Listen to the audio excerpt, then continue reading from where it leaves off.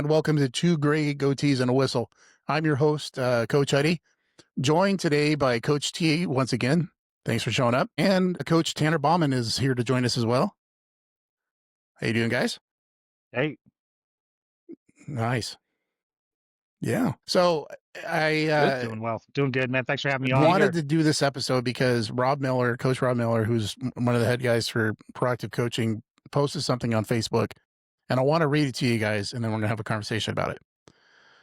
So a post that Rob put on Facebook says, why it is so hard to coach. An example. And this is before the Georgia game. So I'm just taking the Georgia game out of this. This is for college football. An example, at present, we have 3 or 4 games into the CFP quarterfinals. About half of the last game is in the books.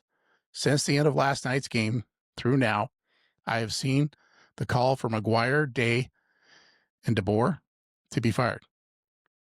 So these are the coaches of the losing teams in the quarterfinals. McGuire is at Texas Tech. Day's at Ohio State. DeBoer's at Alabama. Am I saying his name right, DeBoer? Is that right? You think so? Okay. All right. So you're close enough. I think Okay, so. to be That fired. sounds That right. they are stupid, and Close thank goodness they are not our coach comments. So I just did some research on these 3 coaches who have coached at the high school level, small college, FBS level. Just got to the final 8 of 136 teams, the top division in college football. DeBoer and Day have been there 2 or 3 of the last 3 years. Their combined career record is 383 to 92. That's a winning percentage of 81%. And between them, they have 4 national championships, 8 conference championships. Maybe most important, they have had such a positive impact on hundreds of young men, yet they do not meet the standards of many people. That is why it is hard to coach. P.S. I can guarantee you in the last week, all 8 of these coaches, as they prepared their teams for competition, were also counseling these young men who found out they have loved one has a life-threatening condition, that a sibling is fighting an addiction, that they're asking for advice on how to take care of their family. Coaching is hard, but it is worth it. He put that in bold.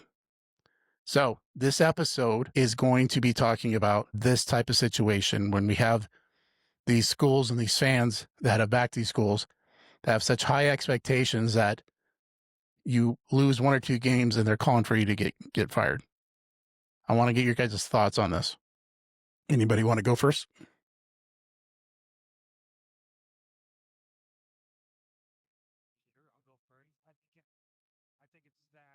Sure, I'll go first. I think it's sad that, like, it's like that poem, The Man in the Arena.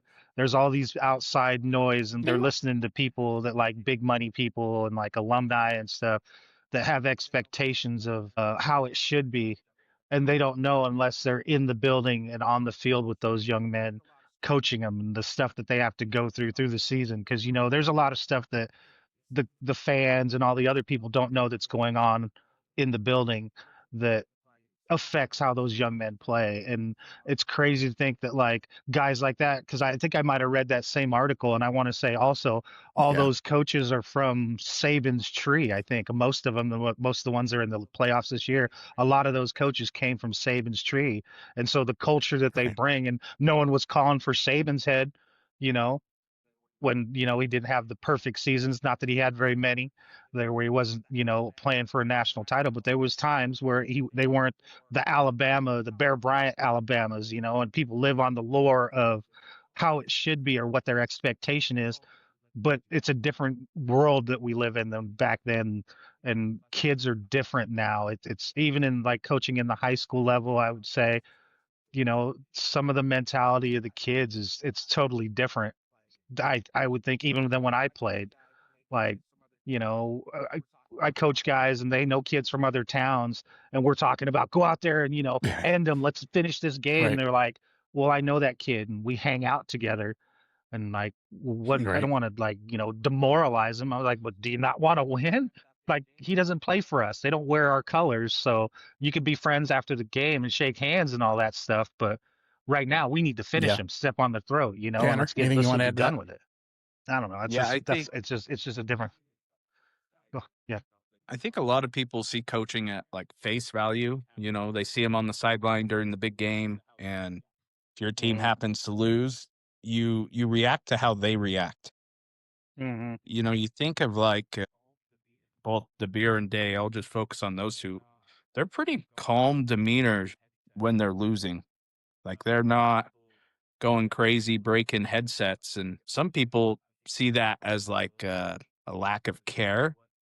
And I think they misunderstood or misunderstand what type of men they are. I think those are great men for their kids and their programs. And kind of like you touched on, they do a lot more that is unseen than what necessarily is going to be showed on the field.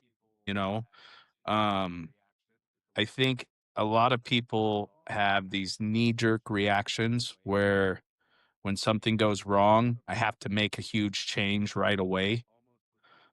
And I also think people almost refuse to be satisfied. Like, I always think to people, would would you take 20 years of winning seasons and one championship, or 30 years of losing but there's two championships in there? Like, would you rather have sustained success for a long time, or would you rather have no success with blips on the radar? Because you think of like the University of Auburn or even like LSU kind of recently. They have a national championship year, but then they've gone through so many coaches in the past 20 years, but they've got a national championship. So it's which one is better? Consistent winner who's competitive, or the one off? And I just think people have knee jerk reactions Right. to losing, especially the bigger the stage And, gets. going back to, yeah, yeah. And it is. That's And solid, bro. I That's solid. I already said earlier, me and Tanner having, before you got on here, T, we were talking that I look at schools like, I'm a Oregon State fan. Okay. They were, they won some games back in the 60s, and then they were terrible for 20, 30 years. And then they had a run where they were really good, and then they've kind of died off again. Well, I would be ecstatic as a fan to have a coach who had back-to-back winning seasons. At least it's going in the right direction. So when you have these schools that have such high expectations every year, one loss is like the end of the world, and it's crazy. And we look at, and it's just the culture we live in. And T, I might have, and Tanner, both of you guys, I might have you elaborate on this too, how it's changed since we were younger, especially me and T, and T brought up the fact that, well, I know the kid, and I've had this conversation with my wife about how I got students who are dating kids in other side of the valley. And I'm like, that never happened where I was at. You dated usually in your town. There's like, you never, and so, or you knew people, you didn't really know people on the other side of the mountain, or, down the road. Here it's, from Hagerman to Shoshone is a good 45-minute drive, but yet there's people that know each other really well. And social media has kind of done that. They've kind of brought people together in that sense. So these kids see that, or they knew each other through clubs and fairs and FFA and stuff like that. So I kind of see that. But T, on your point, it's like, no, this is the other team. We need to beat them. Yeah, it's weird, Huddy, because like when I had those conversations with those kids, they were like, well, I know them from basketball or from another sport they play, or just from being outside, just being kids, and they know each other because small town sports, right? And it was Yeah. just like, yeah, but they don't play for us. And they looked at me like I was crazy. Like, well, they're still my friend. And I was like, but tonight at 7 o'clock from the whistle blows and we kick the ball off, they're not your friend. They're on the other side. They're trying to beat you. And you're okay with playing Right. mediocrely because you don't want to hurt their feelings. Like, what do you think their coaches are Right. telling them about us? What do you think they posted in their locker room about us? about how maybe when like when I was in Gooding, like you got this really good team and all these other schools. If you can beat Gooding, you've made your mark. You know what I'm saying? Like when I was there, because Gooding was rolling people and playing good football, and I don't think any of those other schools that knew our kids were like, Right. well, but I know him, so maybe we shouldn't go for it when we should, or maybe we shouldn't tackle him as hard, or when I could let up on a hit, I should let up on a hit. No, they were trying to put us down so that we wouldn't be successful, because they wanted to represent their town and their school. And when I was growing up, that's all it was. Like Caldwell for Mountain Home was like our big rivalry, the Cougars, and there wasn't enough. Yeah, yeah, yeah, there was no, I knew a lot of those guys from other sports and stuff, and I was friends with them outside of sports. But when it came on when they put on their blue and yellow and we were wearing our black and orange, it was war. And we were gladiators and we were going out to end them. And we were, that we wanted to be on top at the end of the game with the last horn sound. Yeah. So it's just different. The culture is different. Kids are different. Like And definitely coaching yeah, styles are different, because when we were growing up, Huddy, it's you too, Tanner, too. You probably you had Pavy. So, you know, Yeah. you had coaches that told you about yourself. And now you do that. You're sitting in front of gentlemen like you trying to explain and trying to save your job because you told a kid that his performance was piss poor and it wasn't good enough to the standard. Now you got his mom and in the office sitting right. with an AD and you're trying to Yeah. fight for your life, And I'm just for your going coaching to career. come back to So, these coaches just real quick, and then I want to continue this. Let's get Joey McGuire's resume here. This year took Texas Tech Big 12 champs. First Big 12 champ title in their school history, went 12-1. And then they got shut out by Oregon. Okay. Overall college record as a head coach is 35-18. McGuire's story, he was a high school coach, then turned to Big 12. He led Texas Tech to the first college appearance, football playoff appearance. Despite that success, saw criticism from fans. Ryan Day, 2025, finished 12-1. They came in as the number 2 seed. They were out, lost to Miami in the quarterfinals. Okay. Overall, coaching record at Ohio State, 75-10. He won a national championship last year, and he's being criticized, even though he has 80-plus wins. DeBoer, this year, he was 11-4, lost to Indiana, who was the number 1 team in the nation, with the Heisman Trophy winner. His overall record is 57-16 across several programs. That includes him being at Washington a couple years ago. Kirby Smart, he's somebody we haven't talked about yet, but Georgia lost. They finished the season 12-2, SEC champions. Lost to Ole Miss, 39-34. Overall college record, 105-19. 84, almost an 85% winning. He has multiple championships, constantly putting out some of the best players in the nation every year that go into the NFL. Elite. So you have these guys that are winning. It's just when they, when you get to the playoffs, I don't care who you are, it's hard. It's a whole other level. Things happen and it's frustrating. But like we talked about, it's not just what we see, like what Tanner says, we look on the outside and we see that's all that people from the outside see is what the outcome is or of the game or what product they're putting on the field. They're not seeing everything, all the hustle that goes on behind the scenes, the mentoring. You got players who are not next to their family, things happen. They have to educate. They have to balance not just X's and O's, but they got to be mentors to these kids and counselors. So nobody sees that side of it. And that's the part that's frustrating, I think, in general, for anybody who's in the coaching business and understands what these guys go through. Well, I think, and especially with coaching today, the platform's given to get rid of coaches. Teague talked about meetings with parents and players about coaching. And when I was in school, I'm not saying that didn't happen, but I just don't remember hearing about it. right. I never lost a game and told my coach, like, gosh, I hope you don't get fired. And it's a weird thing, that shift, but like that platform's even gone beyond like coaches.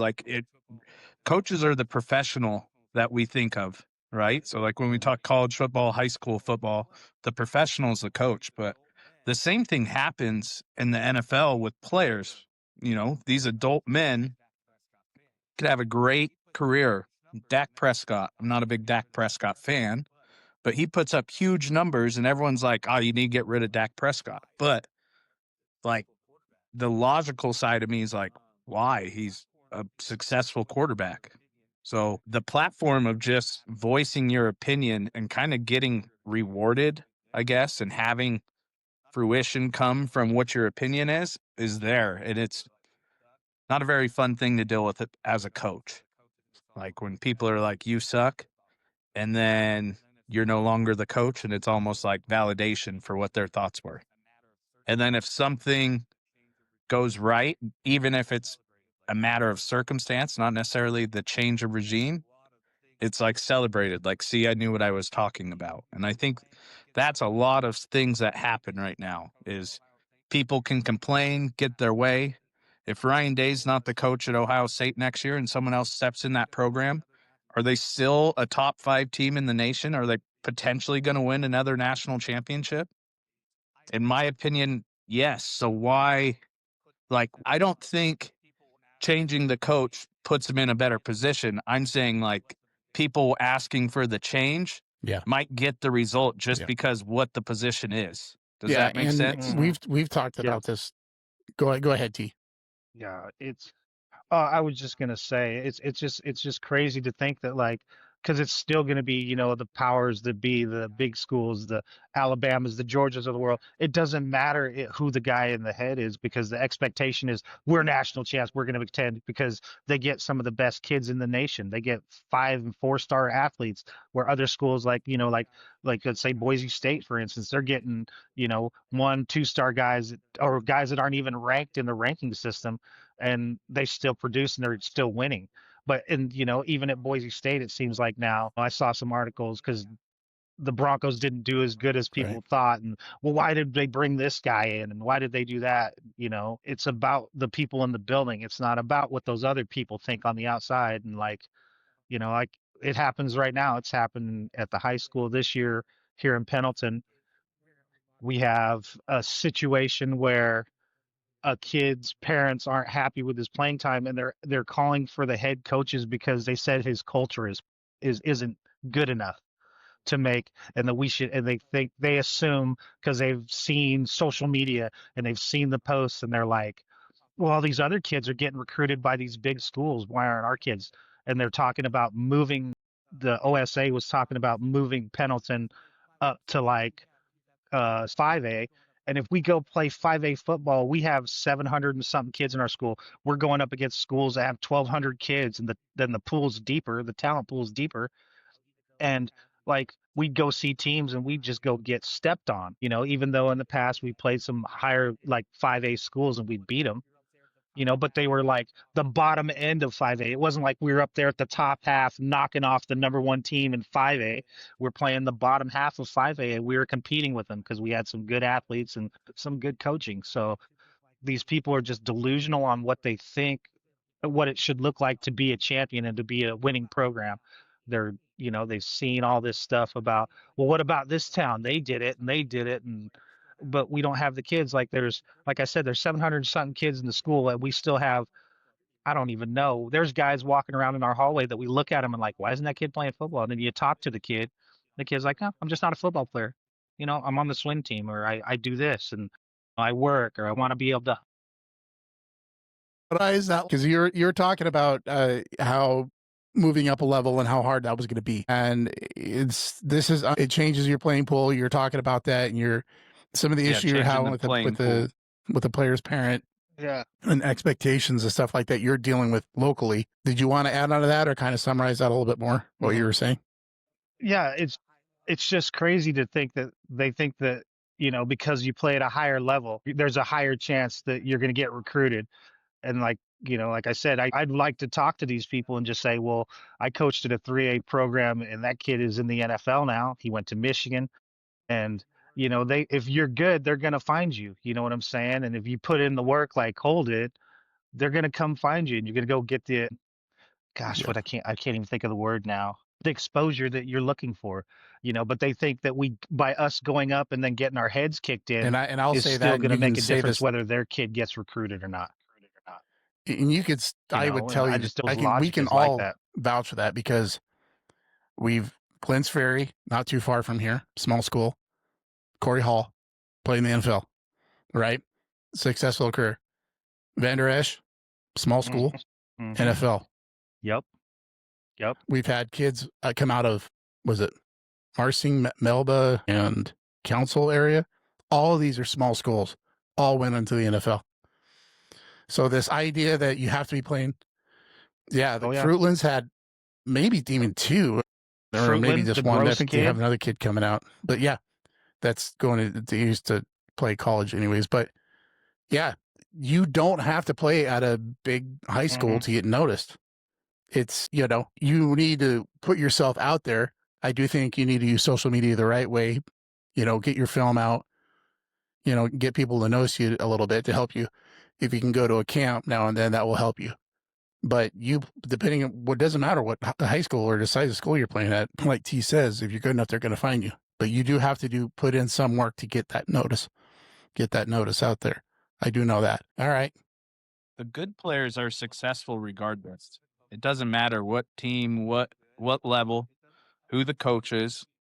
If you're that good, it doesn't matter. Like you could, if Kenyon Sadiq, who's now another Idaho kid, potentially going to be a first-round draft pick tight end, was playing at 1A Hagerman, and all you did was snap the ball to him, it doesn't matter who's in front of him or who the coach or what the play call is. He probably could score a touchdown just because he's that good of a player. And that's what I think people don't understand is like, and I think that's why some of these bigger programs do have all these higher expectations because they do have all the best players. But at the same time, sometimes there are other good players. Like that Indiana team is legit. Carson Beck was the starter for Georgia before he was at Miami. Like, well, and then let's take a look at Ole Miss's teams are losing quarterback. Like he was at Ferris State, a 0-star, and he balled out in that game. He had a great game, and so that star can be deceptive. He won a national title in Division II football. Cam Newton won a natty in JUCO. Right. You know what I mean? Like the good players find a way. Doesn't matter about the coach. Like coaching matters. Don't get me wrong. But if you're that good of a player, you get there. Regardless, it's the player that goes out and does the grind when nobody's looking. 100%. And it's the ones that go out and are self-driven. We know that that's the kids that are going to be successful. Mom and dad aren't the one doing it. The best thing mom and dad can do is let them have ownership in what they're playing, whatever sport that is, and let them find their own success. Let them have their own drive. Because you can't feed that drive. A parent is not going to, it wants it more than that kid. I have never seen where, and we've kind of talked about this, I don't think we've ever seen a parent influence a kid, have that much in where that kid went, whether or not he was going to go anywhere. In fact, as college coaches, the one thing they're looking at is they're looking in the stands.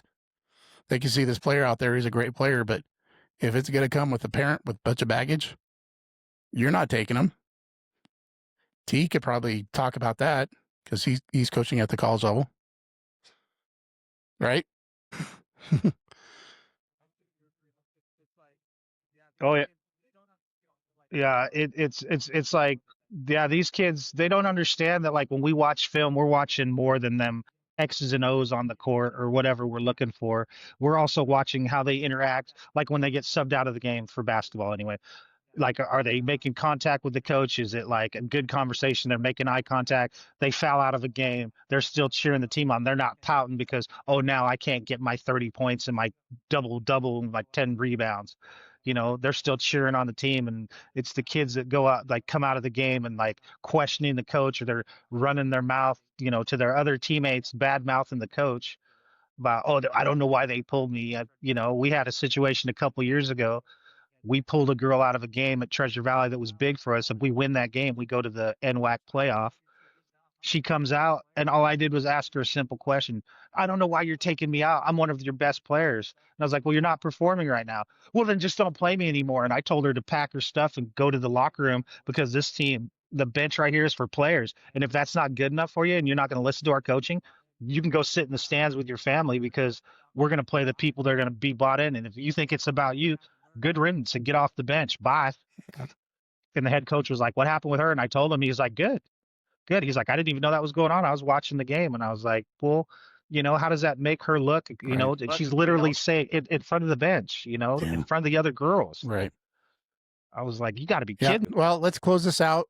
And then it's been a great debate. I enjoy having you guys on. So just a quick recap. Let's talk about, we just talked about how hard it is at a college level or actually any level especially when you're having success and if you're not winning a championship, how hard that can be. Even when you think that you have such a successful record, you still got people calling for your job. And fandom is a passion, and passion drives debate. But remembering that coaches aren't playing video games, they're shaping tens of thousands of lives in their programs. Whatever this young individual is that's coming through their college, through their program, they're not just coaching them on the court. They are mentors, they're counselors. And they're around when some of these kids have family crisis. So it's easier to judge from the couch or sitting in a chair. And I think people need to keep that in mind about how hard it is to coach. Any thoughts on that before we move on to our mascot of the week? Yeah. I think one thing I fall victim to is I sometimes use my own experience or my own knowledge to make judgment. And I think sometimes, just whatever you know or you don't know, that could be a burden. It could be a blessing. And I know you'll like this quote, but Ted Lasso says, be curious, not judgmental. And that's something I've told parents this year whenever they get mad about a coaching decision, who's starting, how they're subbing. And the reason I tell parents that is I'm like, I have to tell myself that because your frustration, I have my own frustration sometimes. And I'm like, I'm not on the bench or I'm not in that room or I'm not at that interaction. I don't know what is going on and I'm not going to know right now. I'm going to be interested and I'm going to ask later, like, so why did this happen or what's going on here? But I think that quote is a big thing when it comes to this coaching issue we have. Like everyone wants to judge these big time program coaches who lose in the playoffs versus like, well, what went wrong? What changes do they need? Instead of trying to see what they're going to do to try to find the solution, we're just like, oh, let's just get rid of them, pick someone else, So that's a quote that lives with me. So with this topic, that's what I would say is like we have a lot Love of the Ted Lasso judgment reference going on with these coaches. Yeah. And like as a coach, as all of us know, like, yeah, that's awesome. We wear a lot of hats. We're not just coaches. Like we're mentors. We're for some broken homes. We're like father figures. Like if people really knew like what it took to be a high school coach and be a coach in general, because you know to feed a kid that you go and take a team out to dinner after a game and you notice that one kid that isn't eating and then you go out and have this conversation with them. They're like, well, I just didn't have any money. And they're like, well, dude, you're not going to sit here and not eat because you don't have any money, or the private conversations you have with them when you notice that like emotionally something's going on with them and stuff at home is bad. They're not sleeping. They're whatever, parents are fighting or separate homes and mom and dad's using them as a pawn in the game to leverage each other to get what they want, and we hear about this, like, or the death in the family, and these people don't understand that we have to be able to work with those kids to get them in the right frame of mind so where they can use their sport that we coach as a release to let go of some of that stuff, because some of them hold on to it and then they have to go home to it, and their home life may not be the best, and people just think we're out there, just the guys on the sideline wearing the headsets, and we get to wear the cool gear and says we get to have the title of coach. But that title of coach comes with a lot of responsibility, and people don't understand. I don't think unless they've been there, they don't get it, And like when people ever have issues with me, I'm always like, hey, you can go down to the district office or you can come in and apply, and we're looking for coaches all the time. And if you think you have all the answers, come on down. We're open to it. It's not like we're like, oh, we're an elite group of people. We're a bunch of people that just want to see these kids grow, mature, and become good human beings, just like everybody else. And and you have all these answers on why don't we do this? Why didn't they run it? Why didn't they throw it? Well, they don't know the situation and the scheme, or they don't know the athletes that we have in our house and that we're utilizing, and so sometimes it just doesn't work out like that, and sometimes it does. But I don't know, it's a crazy thing. Like, being a coach is tough. I spend more time sometimes with other people's kids than I do with my own kids, you know, miss things that I'm at a game or a practice that I'm missing my own kids, Matenny's choir concerts, or when he was playing the cello, his band concerts, his orchestra concert, missing Ellie's basketball games or practices because I'm at my own, and sometimes games. And, but they don't see that. All they see is, well, you coach for here, and why aren't we winning? Because you guys are supposed to be these professionals and experts, and and it gets frustrating. It's hard sometimes because you hear people in the community, and like, I don't really go out because sometimes you might run across that person and they might not really want to hear the answer or the words that I have for them, Right. because Yeah. I'd be like, well, you And know what I'm here's my saying? piece of 'Cause advice. they think they know and they don't really Coach know. somewhere where you don't live. So when you go to the grocery store, you're not going to run into that. Yeah, that's I mean, Well and darn. it Yeah, is. I mean, I if you messed look at up it from on that that part. perspective, it's like, when you're coaching another town, you don't necessarily run into those parents that often. So, but that totally changes when you're a coach, how often you go out in public, and True. it's a thing. It's a thing that coaches have to deal with, and especially during season. Sometimes during off season, especially if it's, way past when you're playing, like the fall season's done with, and you're walking out there in March to go out to a store, that people have short-term memory sometimes. And so they don't really want to talk to you so much about that. Sometimes about what you had, how the game went or the season went. So you do get some time, kind of helps a little bit, but yeah, that total avoidance, I understand that one completely. All right. Mascot of the week. You guys ready? If you do coach in your hometown, just get buried face down. So when those people come to your grave, they could kiss your ass. Love One it, last dude. call. That is perfect. That's the way to That's close it out. great, T. That is All right, fantastic. we're All right, back taking to you business. for the Sorry. mascot of the Yes, week. We're yes, taking yes. you to Plano, Illinois. Okay, Plano Manufacturing Company, to be precise.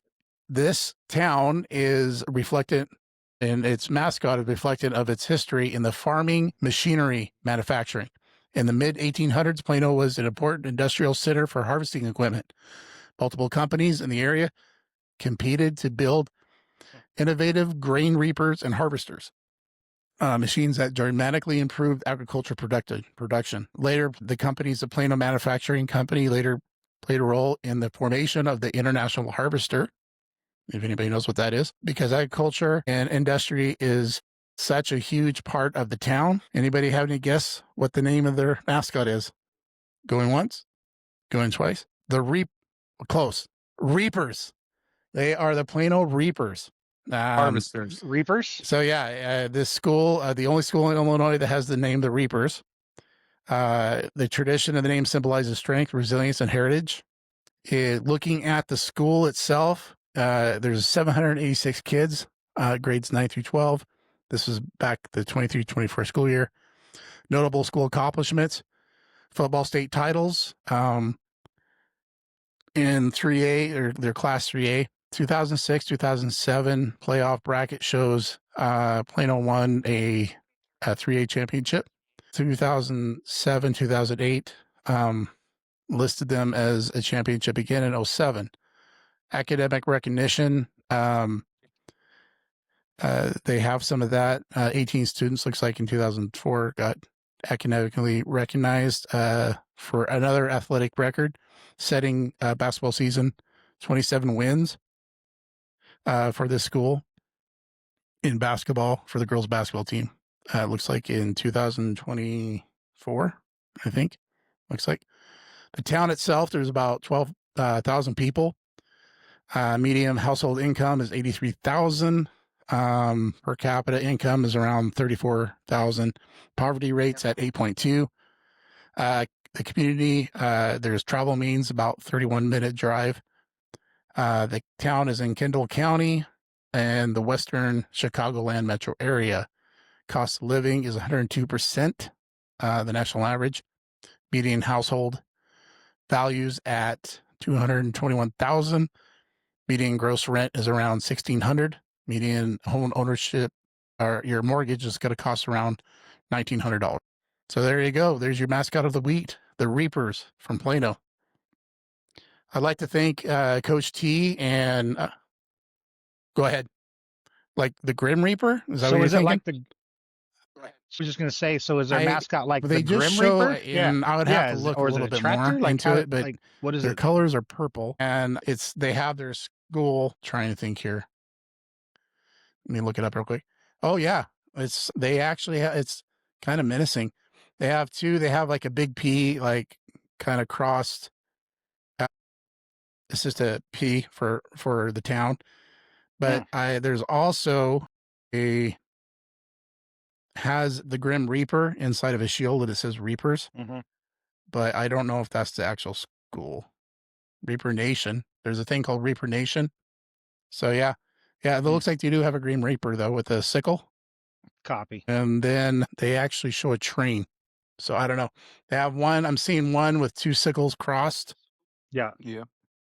I'm seeing one with an actual Grim Reaper on it. And so, yeah. It's getting All right. close. So once again, I want to thank Coach T. I want to thank Tanner for showing up and being a part of this episode. Everybody, I want to thank everybody for listening. Like, subscribe, all that stuff. Everybody take care.